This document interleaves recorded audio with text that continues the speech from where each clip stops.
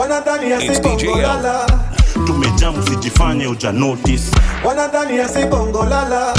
Tumejamu sijifanye uja notice. Mwambie punde umechoka sana. Kwa kusema kwamba bunge la mwananchi tukitaka tuheshimiwe. Tukitaka tuheshimiwe kama bunge. Let us discuss issues. To discuss issues the health, to discuss education, to discuss mambo ya foreign policy, to discuss mambo ya agriculture. Hata Ruto mwenyewe anapotazama hizi ninga anataka kuona bunge la mwananchi wako na idea gani kwa agriculture, wako na idea gani kwa health. President anataka aone bunge la mwananchi wako na idea gani kwa education. Which ideas do these people have? Lakini wewe ukisimama tu hapa kusema 10 bila break, 10 bila break, na wewe ni mfuasi wake, hata usaidii Ruto. Sasa Ruto akiangalia anasema hasa watu ni 10 bila break tu, 10 bila break. Ile walikuwa wanaibaga kitambo 10 million strong. Sasa imekuwa 10 bila break. Let us discuss ideas. Let us concentrate on discussing ideas. For example, right now kuna budget inatengenezwa ya 4.3 trillion. 4.3 trillion. Kitu ambayo bunge la mwananchi inafaa tu discuss. Ili hali revenue yetu, total revenue ni 2.3 trillion. Why do we need a budget of 4.3 trillion wakati income yetu ni 2.3 trillion? Deficit ni 2 trillion. Deficit inafaa kuwa 100%. Yani inamaanisha this financial year ya 2025-2026 tunaenda kukopa 2 trillion one financial year. Kapu ambayo tumeweka kwa budget. Wewe kama unapata mshahara 100,000, kwa nini utengeneze budget ya 200,000? 100% deficit. Deficit inafaa kuwa kitu kama 15%. Uhuru akitoka budget yake ya mwisho, deficit ilikuwa 700 billion. Lakini hasa na deficit yake ni 2 trillion. Just imagine. 2 trillion. Tunaenda kukopa 2 trillion. That is what we call budgeted corruption. Budgeted corruption. Badala tuongee vitu kama hizo, tuko 2027 bila break. 2027 bila break. Hata ndugu yangu ambaye ametoka hapa anaitwa nani? Ndugu yangu ambaye kuna mwili kubwa. Ambaye unafikiri maybe anaweza leta idea ya kusaidia serikali kwa sababu yeye ana support serikali, hata yeye hana idea. Sisi, let me tell you, sisi hatushtuliwi na mambo hiyo yelling ya 10 bila break. It cannot stop this movement to bring Ruto out of power. It will not stop it.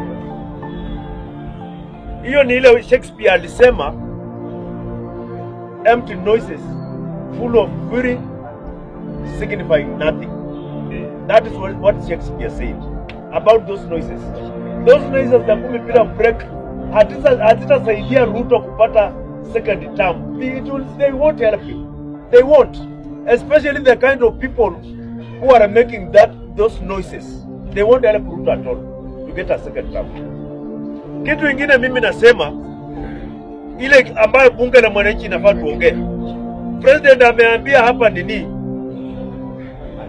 Ameambia kanisa ya Jesus Winners ati mimi nimeambia wanajeshi wakae kando, nyinyi mchukue hiyo shamba. Imagine a president making a public pronunciation that way. Ananyang'anya jeshi shamba, anapatia kanisa. Na wanajeshi wa Kenya inafaa kuwa makini sana. I want to tell our KDF.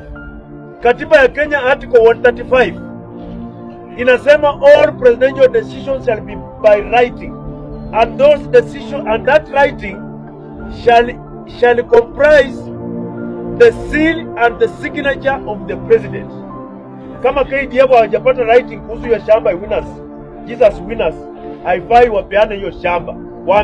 Waambie rais andika, uweke seal, usign for the record. Good. Naenda nikimaliza. Nataka kusema hivi.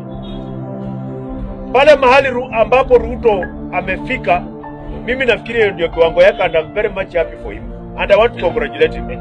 Mambo ya afya hawezi, mambo ya agriculture awachane nayo, mambo ya uchumi awachane nayo. Hapo kwa chapati ajaribu. Mimi naona hapo ndio anaweza. Alaji chapati hii Nairobi yote. Aenda kule kwetu Western tunakunywa busaa, alaji mifereji ya busaa Western. Aenda kule Mombasa wanakunywa mnazi, alaji mifereji ya mnazi. Mimi nafikiri hiyo ndio kitu president anaweza. Mambo ya afya, mambo ya education, he does not have that capacity. Awachana na hizo. Na mimi nashangaa sana president wa Burkina Faso Ibrahim Traore is launching ultra modern farms. Ibrahim Traore amelaunch gold refinery, an ultra modern gold refinery. Amelaunch the largest juicy company in that part of Africa. He's launching companies. Paul Kagame and launch digital centers. President wa Kenya ana launch chapati. Just imagine. Well.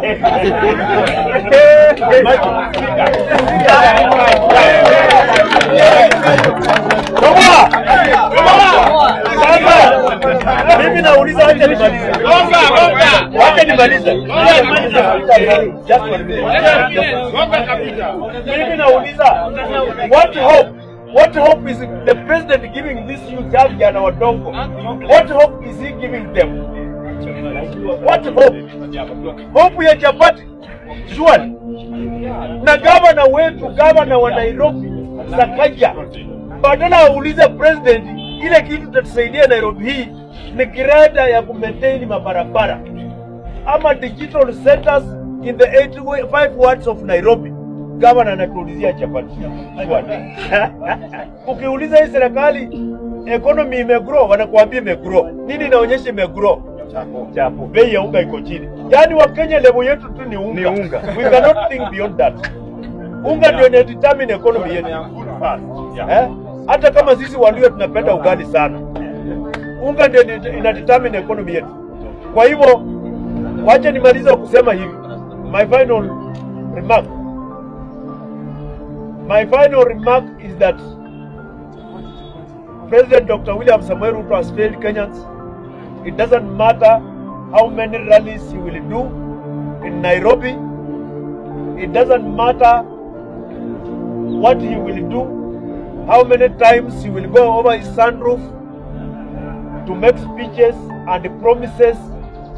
The fact remains that he will have to go in 2027 because he has failed, and there is nothing between now and 2027 that he can do to salvage his presidency because he has failed.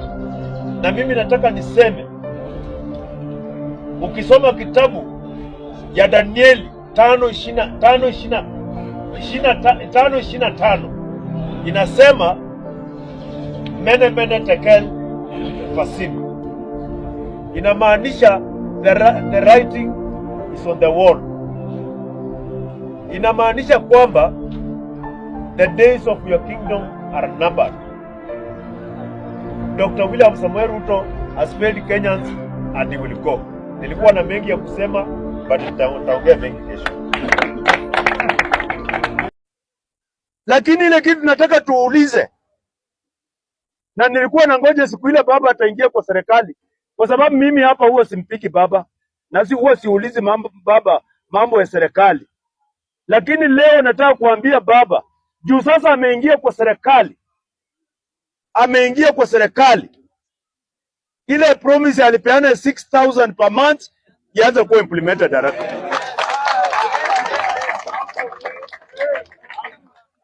Ama namna gani? Si hapo kwa serikali sasa? Kwanza baba ndio anashikilia hii serikali. Ruto ako in a vulnerable position. So ule mtu atadictate hii serikali for the next 2 years. Ule atadictate hii serikali ni Raila Amolo Odinga.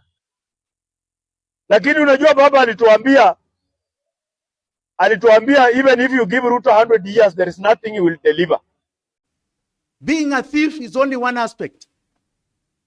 The budget that Senator Onyonka is talking about, 4.2 trillion, ambao iko kwa bunge saa hii. 3.2 trillion ni recurrent expenditure. Si ya development, ni ya kukula. Na ukiangalia hiyo 3.2, 2.2 inaenda kulipa madeni. 2.2 inaenda kulipa madeni. 400 is needed for operations za serikali. 500, 600 ya salaries. Unakuja sasa kwa madeni. Because we will not get more than 2.8 trillion revenue. Kuingia kwa madeni, you're borrowing for counties. You're borrowing for the little development you can do, which you cannot do. So hata tukiwa hapa, tukisema tutatoa ushuru ni sawa. Tutalipa deni namna gani? Na deni ni 70% ya pesa zetu. 70%.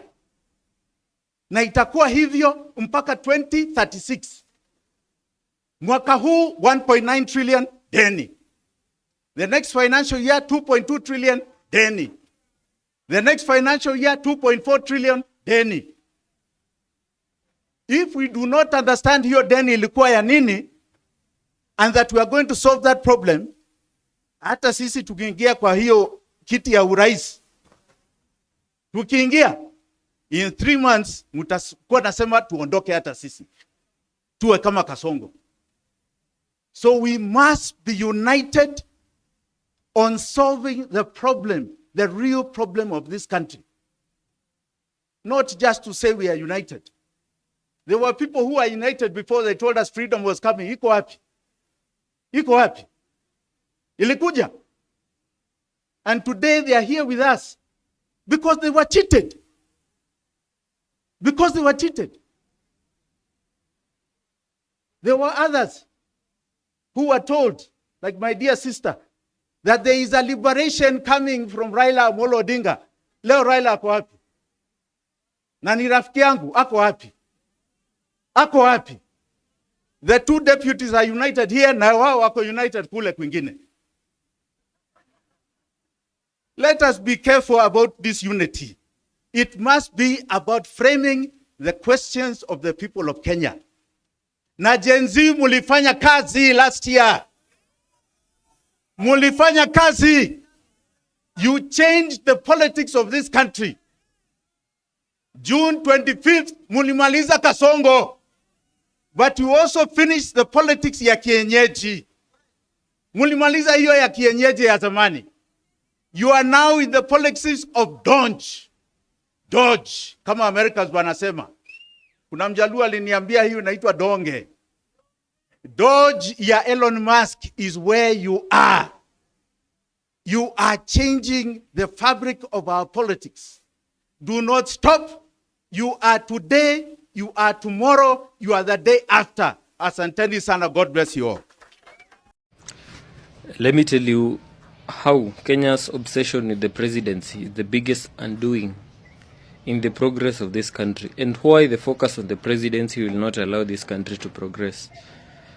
Yesterday, Jimmy Wanjigi was speaking at the function of the launch of the People's Liberation Party, and one of the notable things he said was that even us who are here, we are focusing on removing the current government, but not focusing on the real issues. And the real issue is that Kenyans are paying from their taxes, and more than even half of what they generate as revenue, in odious debt that did not in any way develop their country.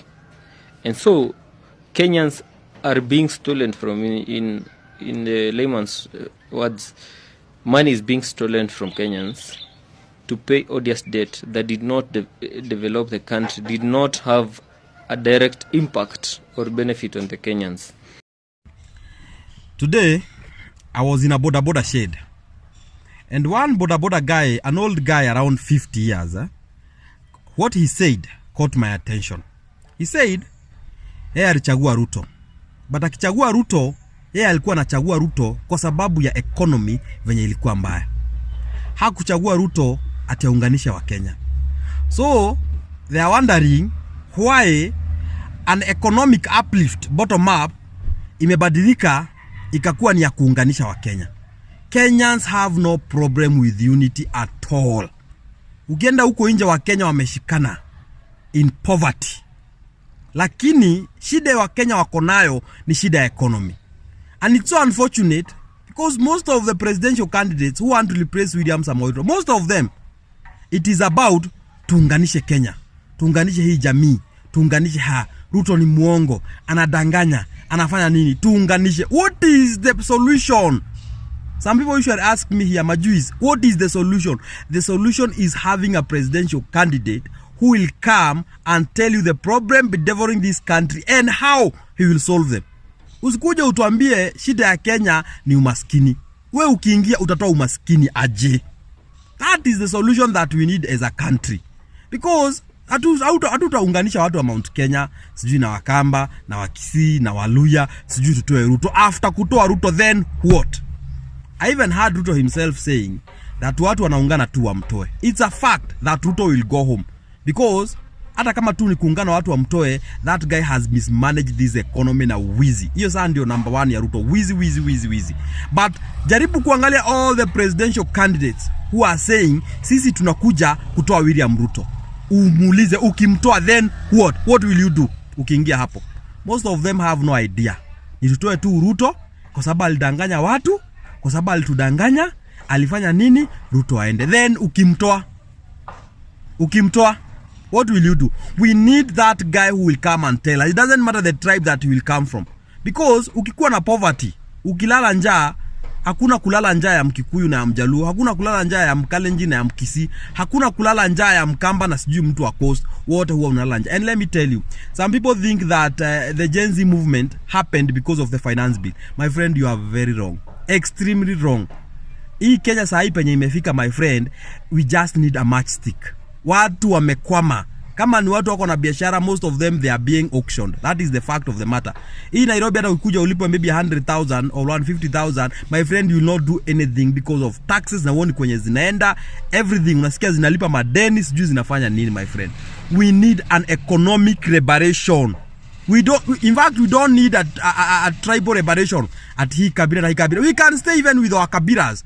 Wewe unaweza kaa na kabila yako na useme ile kabila ni mbaya, ukae na kabila yako na useme ile kabila ni mbaya, but at the end of the day watoto wanasoma, watoto wanakula, tunapata matibabu hospitalini. Continue with your nonsense ya hii kabila, but at the end of the day what we need as a country is economic liberation. Full stop.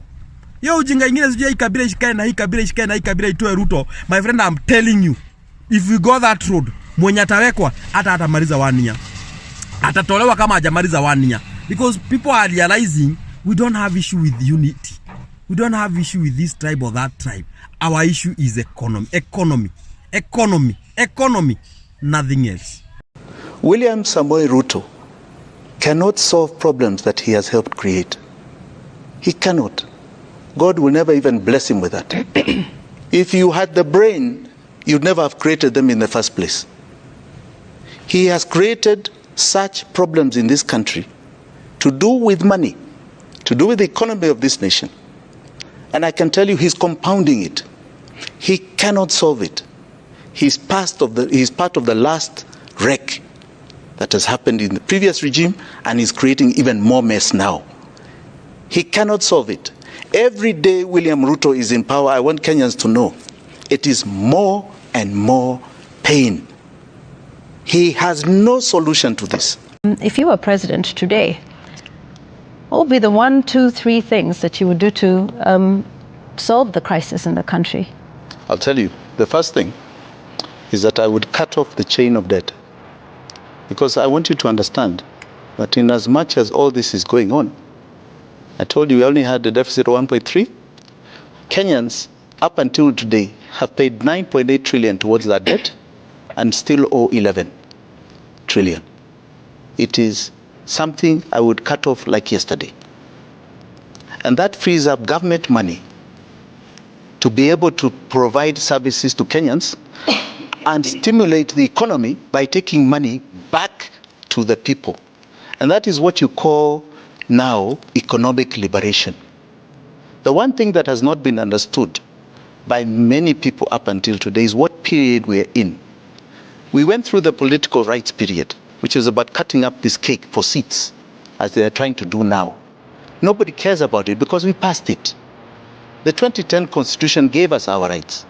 Now we are into the economic rights period, where we define economic models about the bakers of the cake. I, for example, am a capitalist who believes in the essence of social democracy, social justice. Okay? And I must create my model. This is the defining moment of ideological economy, ideological politics. I myself will be very interested to see the private sector be the driver. So I'll never take their money. I don't need it. We're now going through what you call economic liberation. Our lives, our standards of living, right? This is now our true journey to Canaan. Because Canaan was about fruit for everybody, plentiful, right? Land of plenty. This is where we are going. We're not in Sinai. And independent. We are on our path. We are on our path. And this is a joyful path, actually. All right? Yes. And what is happening is that those who misled us, right? Those who misled us, that even our political liberation will lead to our economic liberation, are now being forced to fall apart. They're all leaving. Yeah? Fagia water is now in place. All right? It is truly coming.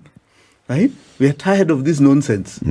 Okay? Talk real issues that are about our stomach and our future and our generations to come.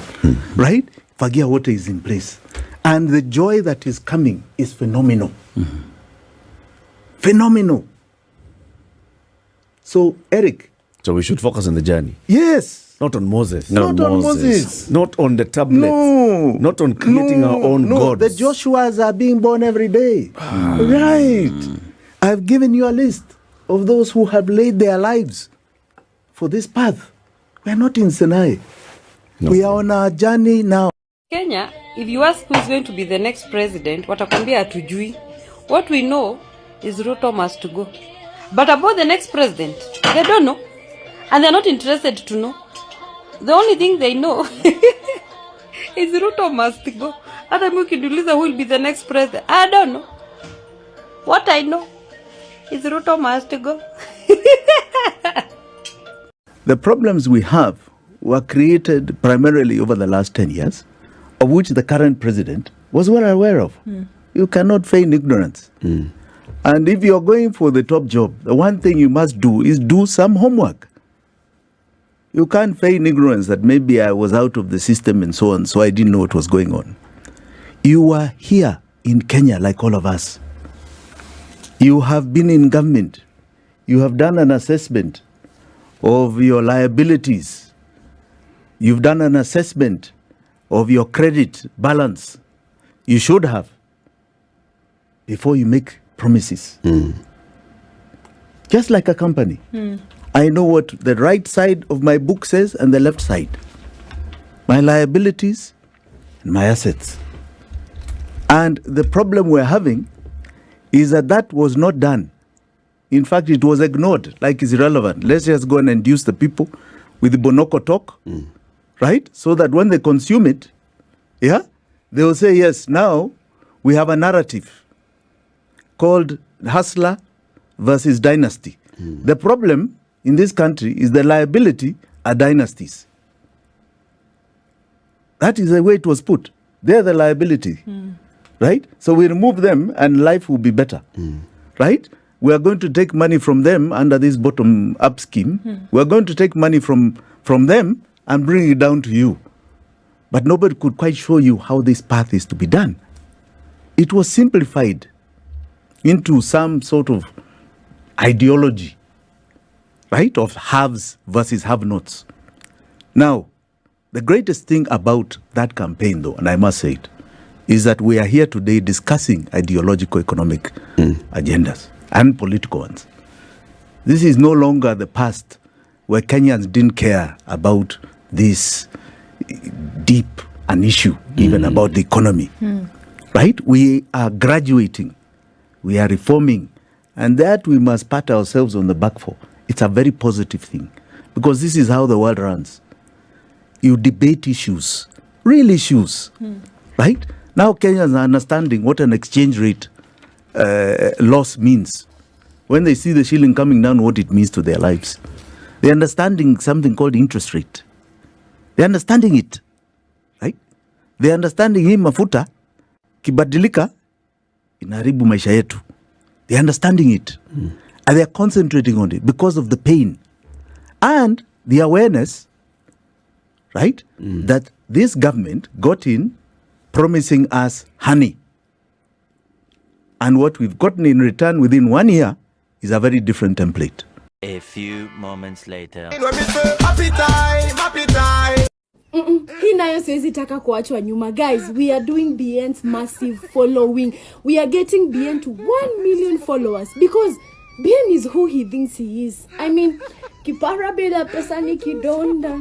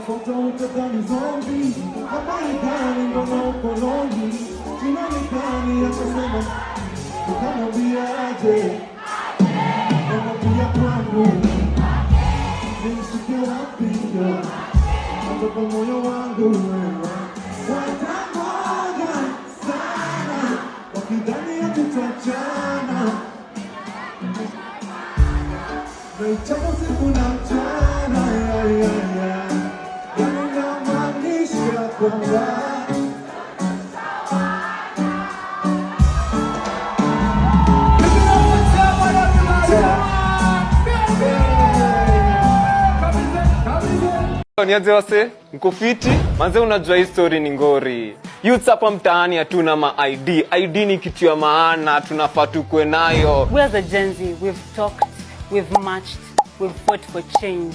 But what is all this if we don't show up where it matters? We the Gen Z are the pulse of this country. The future is in our hands. Lakini bila ID, that power is not.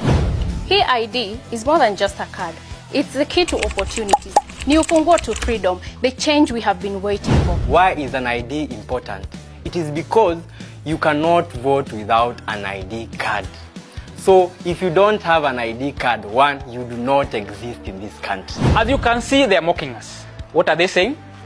That sisi tuko tu pale online, lakini kura ni kwa ground. Now, what can we do? Let's register for our IDs.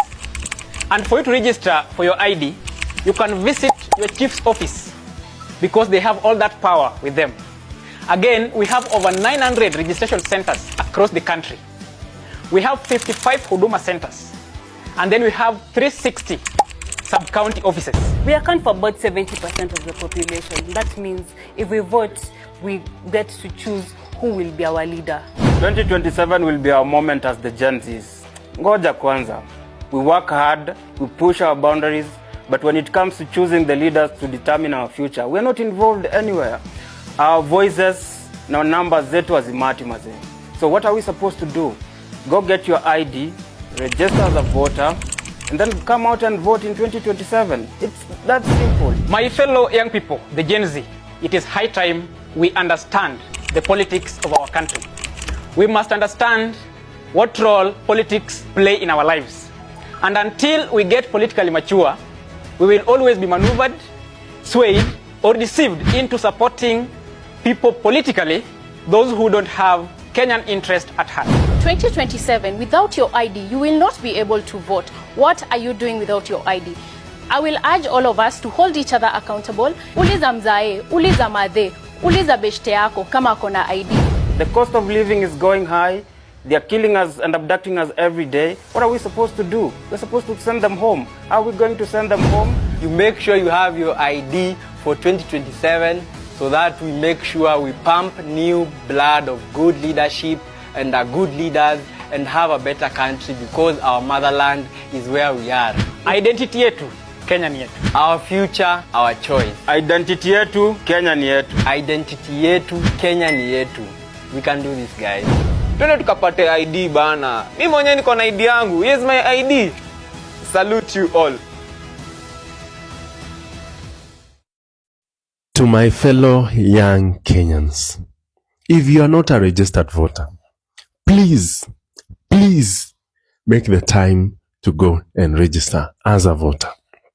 Because Kenya's future depends on you and me.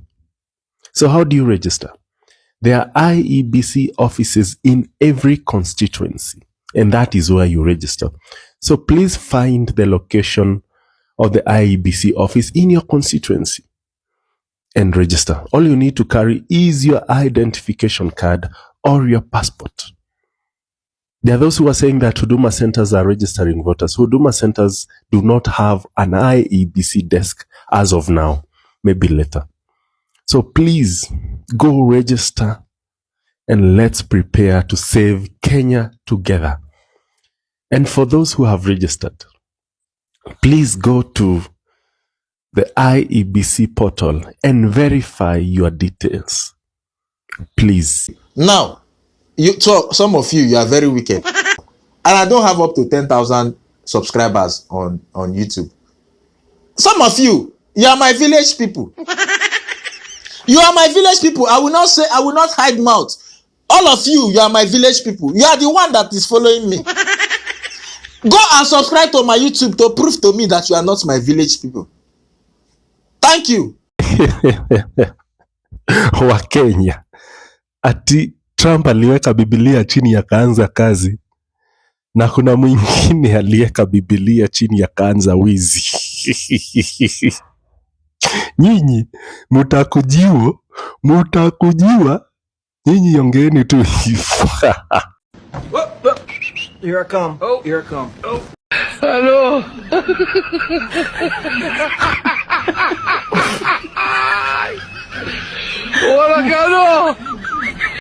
And don't buy into the political rhetoric of trying to divide you into tribes. Yes. Our problems are not tribal. There is no Kikuyu problem, there is no Kalenjin problem, there is no Luo problem, there is no Somali problem. There is no Kamba problem. Yes. Shift share knows no tribe. The university funding model knows no tribe. Yeah. Joblessness knows no tribe. All these problems that we point out, they do not know any tribe. The revolution about to be televised. You picked the right time, but the wrong guy. I want to perform their favorite song, but you know they love to sue. What song? Yeah, that song. That song? Maybe I think about it. Oh no. Know what? I slow it down. Say, ladies, do me this solid. Ooh. Kusambaza hiyo message. Thank you. Fagia? What? I'll take it to all the corners. You take it to the entire nation. Yes. Eh? Yes. It is a very solid car. Thank you, sir. Ndugu yangu, God bless you. Fagia wote. Kazi yangu. Asante. Ndugu yangu. Good luck, my brother. Thank you so much. Good luck. Good luck. All the best. Thank you, sir.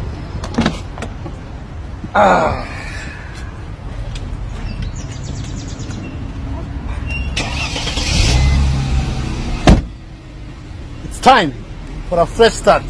Tunafagia wote. Your Excellency. Aya, alafu matopare. Okay, matopare. Matopare.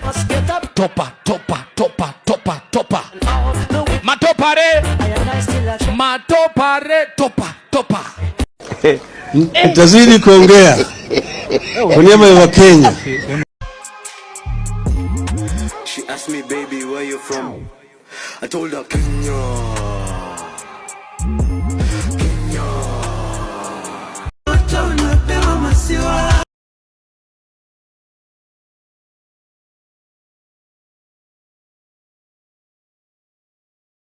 I beg of us, I really want to beg of us today, as the chair of UDA, let's stay focused to what it is we promise those hustlers.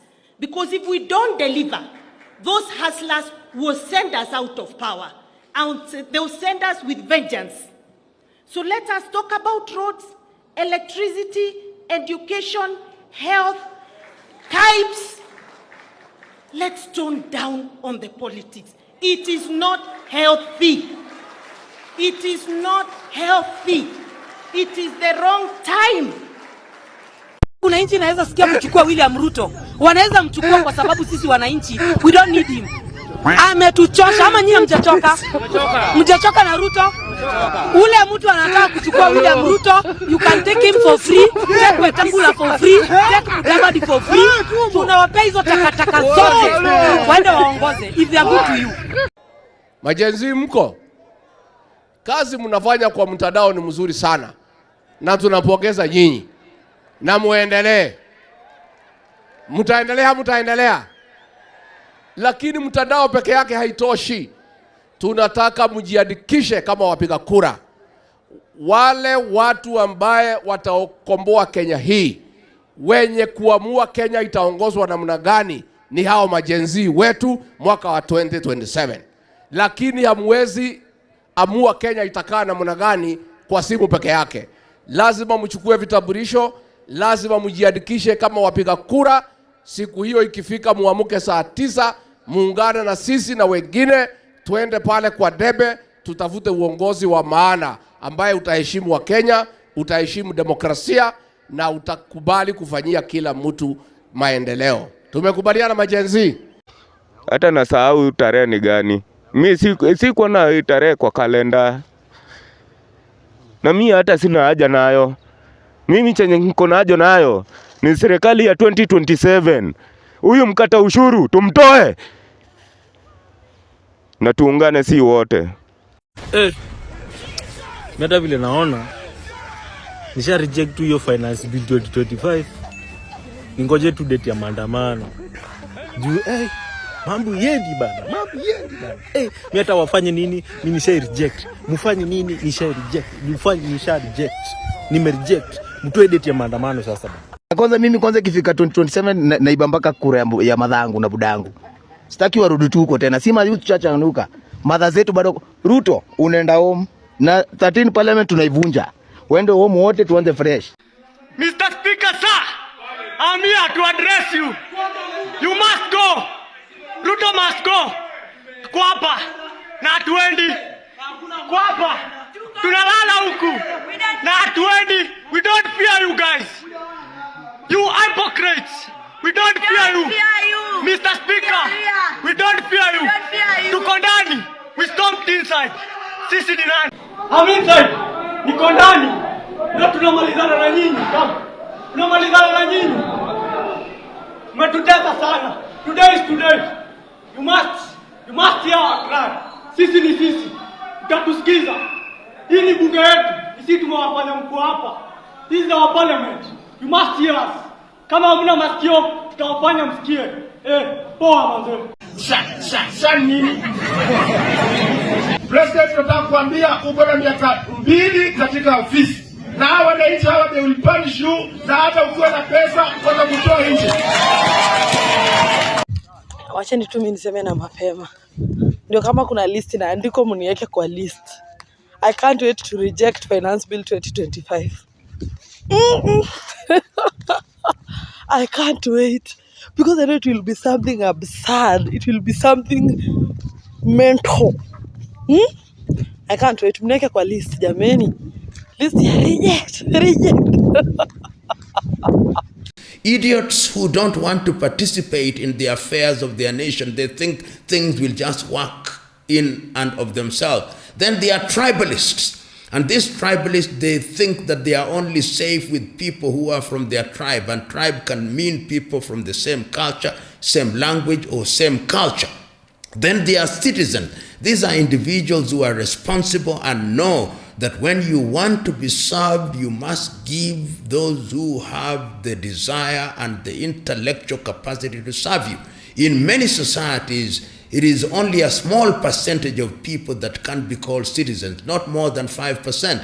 And if a society wants to grow in the right direction, civic education is what will help the idiot and the tribalist to become a citizen.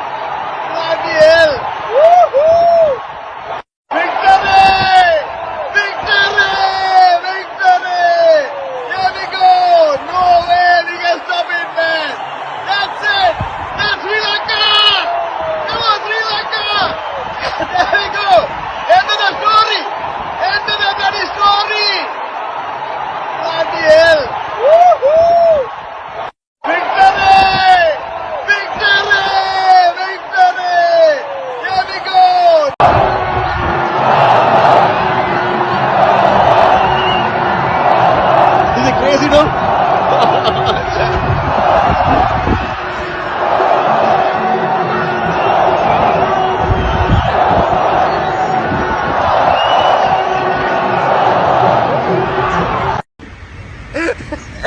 Mungu nguvu yetu, itoe Ruto Kenya, hata kama angalau na jali. Sisi Kenya tumechoka na Ruto, maisha imetuharibikia, analipisha mpaka sodo ya wamama. Pure kabisa Ruto. We don't like you, go home. Sasa tafuta kiongozi ambaye anapenda mwananchi na anapenda kijana kama sisi. They want to be described as honorable even when they are horrible.